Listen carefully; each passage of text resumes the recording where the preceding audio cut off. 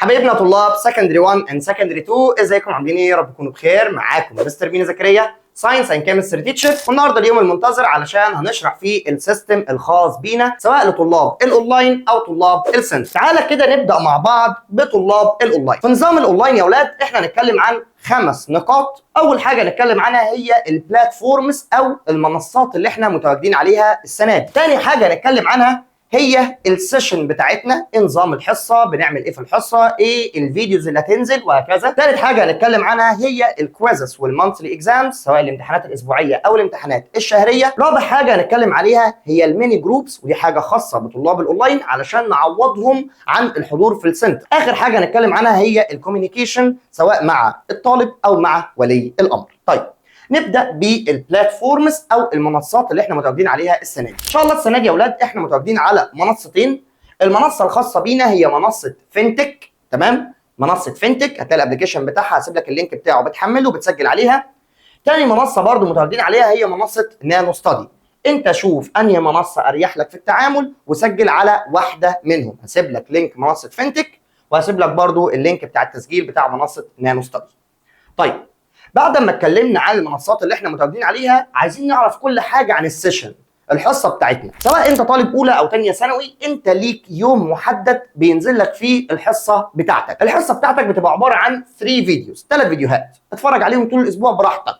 اول فيديو هو فيديو شرح تفصيلي للدرس من اول كلمه لاخر كلمه زي ما انت متعود معانا مع اليوتيوب في ثالثه اعدادي. رقم 2 بننزل لك سمري بيبقى عباره عن 10 دقائق كده بنلخص فيه كل حاجه. اخر حاجه بننزل لك فيديو حل الهوم ورك، وخد بالك فيديو حل الهوم ورك مش شرط تتفرج عليه. امال يا مستر انا بحل الهوم ورك لو في اي سؤال وقف معايا برجع للفيديو بتاع حل الهوم ورك. طيب مستر هل انا ممكن اراكم الحصه؟ لا، خد بالك لو انت اتفرجت على الحصه خلال اسبوع احنا بنسيب لك الحصه مفتوحه لغايه اخر الترم. يعني انا كده طالب اهو، ولنفترض الحصه بتاعتي نزلت يوم السبت، انا اتفرجت عليها لحد الاثنين ايا كان الوقت اللي انا فاضي فيه واتفرجت عليها، ساعتها الحصه اللي انا اتفرجت عليها ديت بتفضل مفتوحه معاك لغايه اخر الترم. طب انا طالب براكم، تمام، ما اتفرجش على الحصص، هتلاقي التيم بتاع الدعم بتاعنا بيكلمك ويقول لك الحق اتفرج على الحصه لا اما بعد يومين احنا هنشيلها، يعني مش تتفتح لك. وخد بالك ده ضروري نعمله معاك لو انت طالب بتراكم، عشان كده بقولها لك اهو، لو انت اتفرجت على الحصه مره هتتفتح لك بقيه الترم، ما اتفرجتش هنكلمك نقول لك الحق علشان ما تراكمش.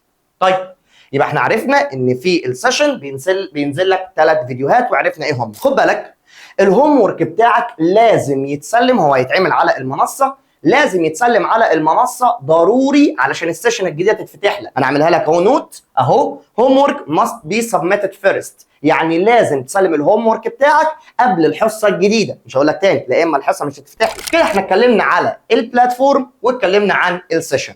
تعالى دلوقتي نتكلم على الكويزز والمانثلي اكزام. بالنسبه للامتحانات الاسبوعيه والامتحانات الشهريه ايه هم يا مستر وهيبقوا عاملين ازاي؟ تعالى نبدا اول حاجه بالكويزز. انت بعد ما اتفرجت على الفيديو في نفس اليوم اللي بينزل لك فيه الفيديو بيبقى فيه لينك كده لازم حضرتك تخش تمتحن على الدرس اللي احنا خلصناه في الحصه بتاعتنا. الامتحان دوت او الكويز دوت لازم تحله وتجيب فيه اعلى من النص. عامه الامتحان دوت بيبقى 10 اسئله، لازم حضرتك تحل على الاقل 6 صح، تمام؟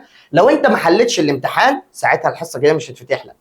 طب يا مستر لو انا حليت اقل من 6 صح، ساعتها بيبقى فيه اعاده للامتحان، بيظهر لك امتحان جديد علشان انت تحله يعني وتعدي فيه النص او تجيب 6 صح. الامتحان بتاعنا يا مستر بيبقى على الدرس بس؟ لا، هو على اول درس يبقى على الدرس طبعا بس، لكن فيما بعد بيبقى تراكمي، يعني هو عباره عن الدرس اللي انا شرحته ويبقى فيه 4 أو 3 اسئله من الدروس السابقه علشان نعمل لك ريفرشمنت على كل حاجه. طيب بالنسبه للمانثلي اكزام بيبقى امتحان شهري، كل شهر بيبقى فيه امتحان كبير شويه يا اولاد على كل المحتوى اللي احنا خلصناه خلال الشهر ده. طيب بالنسبه للمانثلي اكزام بيبقى عباره عن 30 سؤال، لازم حضرتك تحل 20 صح، 20 منهم صح. لو انت حليت اقل من 20 ساعتها بنعمل لك امتحان تاني علشان خاطر نتاكد ان انت المحتوى بتاع الشهر فهمته كويس.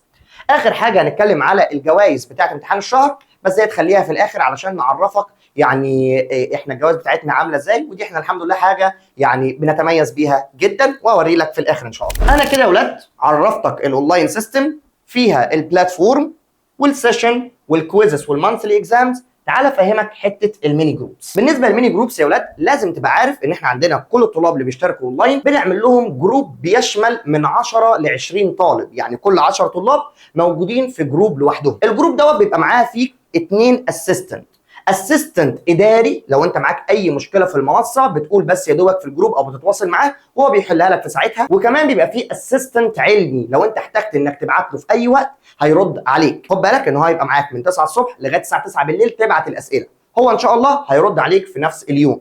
يبقى حوار الميني جروبس دوت احنا كنا برضو عاملينه لبعض الناس عشان تبقى فاهم، بيبقى عباره عن جروب فيه من 10 ل 20 طالب، كل جروب فيه 2 اسيستنتس علشان تحس انك متواصل معاهم بشكل مباشر. اي سؤال اي جزئيه انت مش فاهمها ساعتها الساينتفك اسيستنت هيرد عليك ويوضحها لك بالتفصيل. كان فهمتك الميني جروبس وكل حاجه فيها. دلوقتي هنتكلم على الكوميونيكيشن او التواصل مع ولي الامر. طبعا احنا هنتكلم ولي الامر هنبلغه بحضورك او غيابك للحصه، يعني انت اتفرجت على الحصه ولا لا، هنبلغه بدرجتك في الكويز، واخيرا هنبلغه بالمانثلي اكزام سكور او درجتك في امتحان الشهر. مستر انا حاسس ان انا قلقان انك هتبلغ ولي الامر. لا بالعكس، احنا عايزين نكلم بابا نفرحه. خد بالك ان احنا لما بنشرح الحصه، وانت عارف الكلام ده كويس من نظام اليوتيوب بتاعنا، انت بتخرج من الحصه مش محتاج حاجه، يعني انت هتخش الامتحان باذن الله هتقفله، فهنكلم بابا نفرحه ان انت قفلت ان شاء الله. نخش على نظام السنتر. طبعا واحد منكم ممكن يسالني سؤال، يا مستر انا اختار انهي نظام؟ اختار نظام الاونلاين ولا نظام السنتر؟ الكلام دوت يا حبيبي معتمد عليك. لو انت في منطقه من المناطق اللي احنا بننزلها ده برضو معتمد عليك. لو انت انسان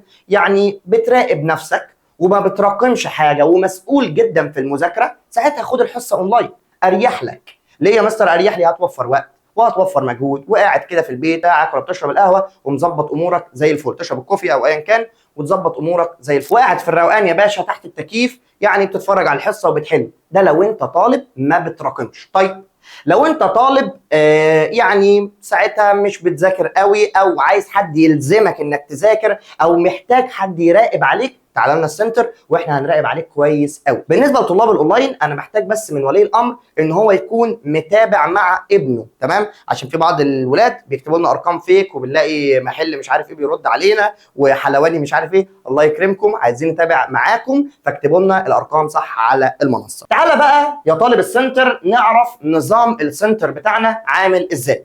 بالنسبه لنظام السنتر بتاعنا احنا هنتكلم على المناطق والاوقات اللي احنا هننزلها ان شاء الله، وده هينزل لك جدول تفصيلي لكل سنتر وميعاده ان شاء الله خلال يومين. تاني حاجه هنتكلم على الكويزز برضو، وهنتكلم على التيم اللي هيبقى معانا في السنتر والمانثلي اكزام، واخيرا هنتكلم على الجوائز بتاعه السنتر والاونلاين. ابدا معايا بالمناطق. احنا نازلين كذا منطقه وكنا نزلنا بوست قبل كده بيها، وهنزل لك الجدول التفصيلي لكل سنتر ومعاه. تاني حاجه الكويز. بالنسبه للكويز انت حضرتك بتيجي الحصه لازم تمتحن الكويز على الدرس اللي فات او على الحصه اللي فاتت، وهنسلمك الكويز بيبقى فيه مراقبه كويسه في الحصه، وبناخد الدرجه بتاعتك بنبلغك بيها، وكمان بنبلغ ولي الامر. طيب بالنسبه للسنتر تيم او التيم اللي هيبقى موجود معانا في السنتر، التيم الموجود معانا في السنتر ده بيتقسم لنوعين، تيم اداري وتيم علمي. طيب نبدا اول حاجه بالتيم الاداري.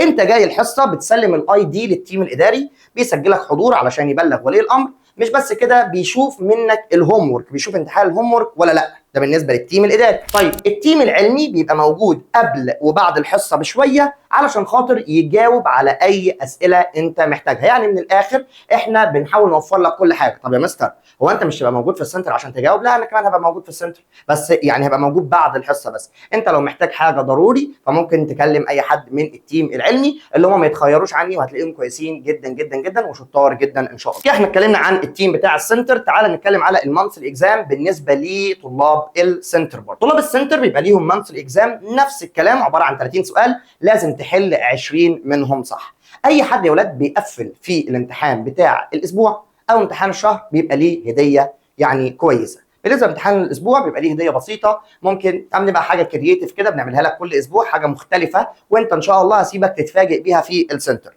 طب يا مستر المانثلي اكزام لا ده يبقى فيه هديه جامده جدا جدا، والحمد لله احنا دي حاجه متميزين بيها، وتقدر تسال الدفعات اللي فاتت. يعني كنا بنوزع فلوس، كنا بنوزع حاجات كده من بعض الشركات، مش عايزين نعمل دعايه. كنا كمان بنوزع ايربودز وسمارت ووتش، وطبعا في بعض الطلاب او الطالبه اللي قفلت الامتحان الشامل وكان امتحان صعب، ساعتها وزعنا عليها ايفون. طيب فانا اشجعك ان انت تيجي وتقفل المانثلي اكزام. المهم اتمنى ان انت تبقى كل حاجه وتحط لك بالتوفيق، ربنا معاكم. كان معاكم مستر مينا زكريا، ساينس اند كيمستري تيتشر. مع السلامه.